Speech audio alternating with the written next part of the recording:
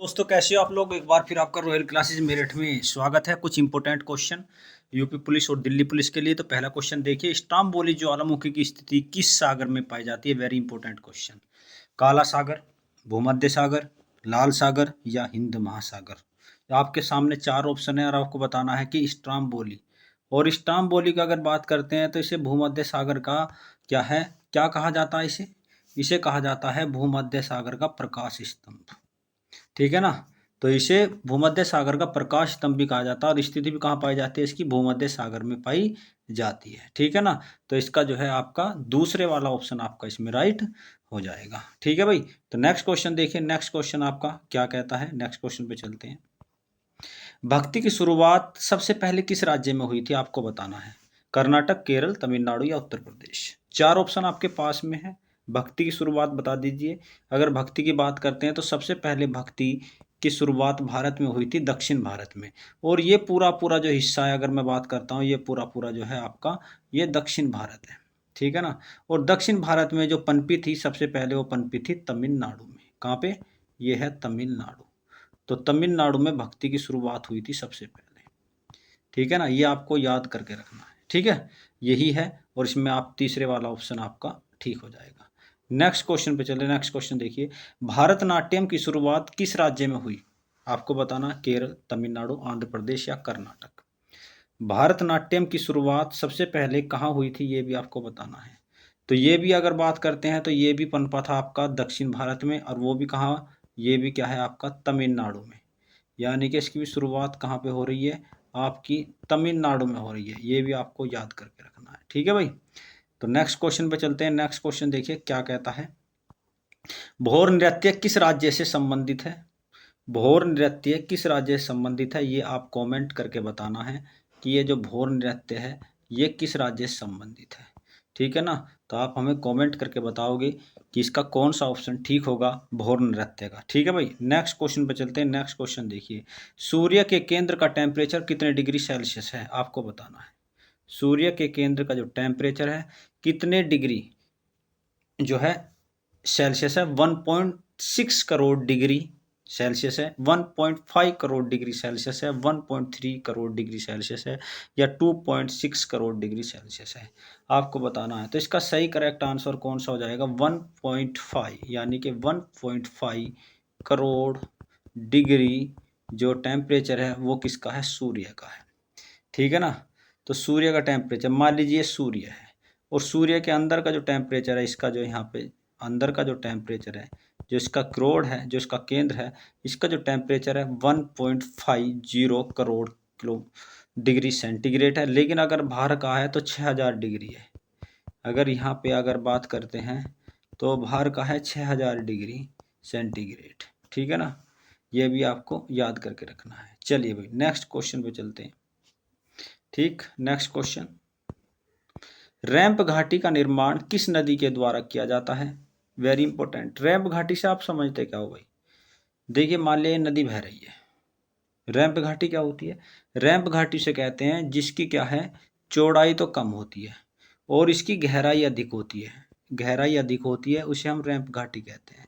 और इस घाटी में क्या है, नदी जो बहती है, वो नदी जो बहती है उसका नाम है आपका क्या है, नर्मदा।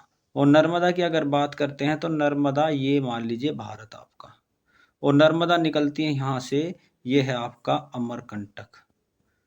अमरकंटक की चोटी है ये, और अमरकंटक से बहती है नर्मदा और सीधा खंबात की खाड़ी में जाकर गिर जाती है। और यहाँ है अरब सागर।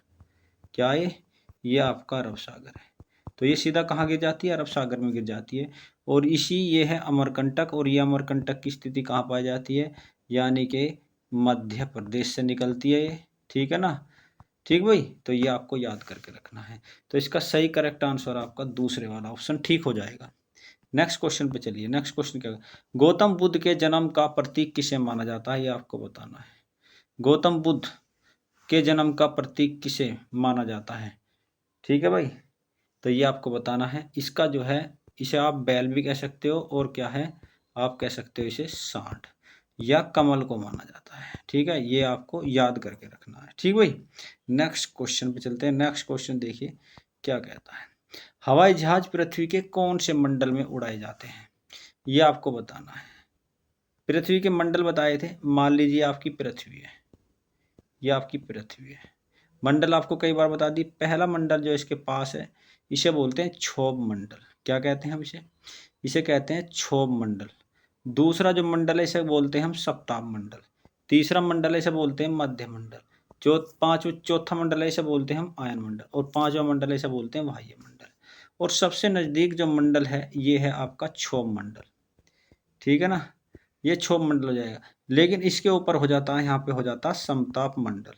और दूसरे वाला जो मंडल होता है ना, इसमें आराम से हवाई जहाज उड़ा सकते हैं। इसमें जो बादल बादल नहीं होते हैं। ठीक है ना, तो पहले वाला ऑप्शन आपका इसमें राइट हो जाता है। ठीक है भाई, नेक्स्ट क्वेश्चन। जारवा जनजाति कहाँ पाई जाती है, आपको बताना है। जारवा जनजाति पाई कहाँ जाती है? मान लीजिए ये आपका भारत है। ठीक है भाई, ये आपका भारत, यहाँ पर है एक है आपका उत्तरी अंडमान, इसके बाद मध्य अंडमान, इसके बाद दक्षिण अंडमान, यहाँ पे है आपका एक 10 डिग्री, इसके बाद क्या है नीचे की तरफ कि ग्रे, यहाँ पे आ जाएगा आपका लिटिल निकोबार, और फिर इसके बाद में ग्रेट निकोबार। लेकिन क्या छोटे छोटे और भी जो द्वीप इसमें यहाँ पे मिलेंगे आपको। लेकिन आपको जो है अंडमान निकोबार में ये जो जारवा जनजाति है, और जारवा जनजाति यहीं पर पाई जाती है, ये वाला जो अंडमान निकोबार है। और जारवा जनजाति सबसे पुरानी भारत की जनजाति है, पुरानी भी है, सबसे पुरानी भी है। तो इसका दूसरे वाला ऑप्शन आपका राइट हो जाता है। ठीक है भाई, नेक्स्ट क्वेश्चन पे चलते हैं। एकता स्थल समाधि किस नेता का प्रतीक है, ये आपको बताना है। ठीक है ना, एकता स्थल समाधि किस नेता का प्रतीक है, ये आपको बताना। KR नारायण, जगजीवन राम, ज्ञानी जेल सिंह या जवाहरलाल नेहरू। ठीक है भाई, तो आपका सही करेक्ट आंसर होगा इसमें होगा वो ज्ञानी जेल सिंह का। ज्ञानी जो है आपका ज्ञानी जेल सिंह हमारे राष्ट्रपति भी रह चुके हैं। ठीक है भाई, तो ये एकता स्थल का प्रतीक उन्हीं का है। Next question. किस सुल्तान के द्वारा इकता प्रथा चलाई गई थी, यह आपसे क्वेश्चन पूछा गया है। अलाउद्दीन खिलजी के द्वारा, इल्तुतमिश के द्वारा, कुतुबुद्दीन ऐबक के द्वारा या बलबन के द्वारा। ठीक है, अगर क्वेश्चन ये पूछता कि किस सुल्तान के द्वारा ये जो है भारत में इसे लाने का श्रेय, भारत में इसे कौन लेकर आया था इकता प्रथा को, इसे लेकर आया था आपका मोहम्मद गोरी। लेकिन मोहम्मद गोरी छोड़कर किसे चला गया था? कुतुबुद्दीन ऐबक को जीते हुए क्षेत्रों पर छोड़कर चला गया। लेकिन कुतुबुद्दीन ऐबक ने इसे लागू नहीं किया। लागू करने का जो श्रेय है वो किसको जाता है? आपको इल्तुतमिश को जाता है। दूसरे वाला ऑप्शन आपका इसमें राइट हो जाता है। नेचुरल हिस्ट्री नामक पुस्तक किसके द्वारा लिखी गई है? ठीक है भाई, नेचुरल हिस्ट्री नामक पुस्तक किसके द्वारा लिखी गई है? अलब्रूनी, टोलमी, ठीक है, अरस्तु या इनमें से कोई नहीं।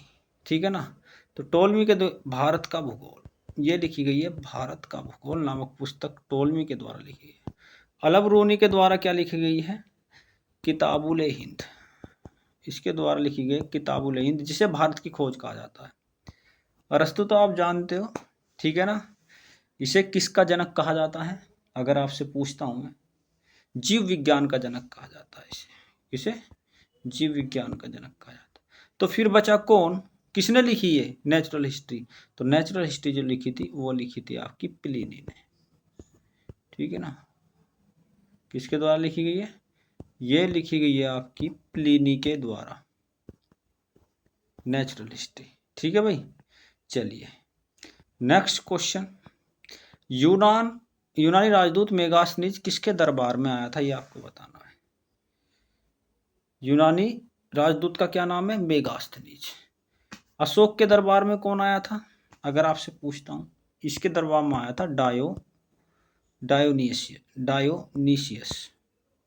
डायोनीसियस आया था।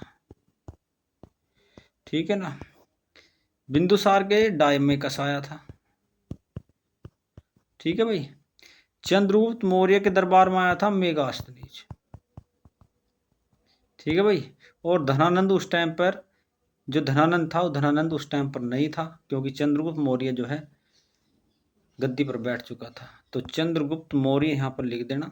ठीक है भाई, तो चंद्रगुप्त मौर्य के समय में, चंद्रगुप्त मौर्य के समय में मेगास्थनीज आया था, जिसने लिखी थी इंडिका पुस्तक लिखी थी। ठीक है ना। तो अगर ये आपको वीडियो अच्छी लगी तो आप इसे लाइक और शेयर और सब्सक्राइब जरूर करना। फिर मिलूंगा एक अच्छी वीडियो के साथ। Okay, bye bye.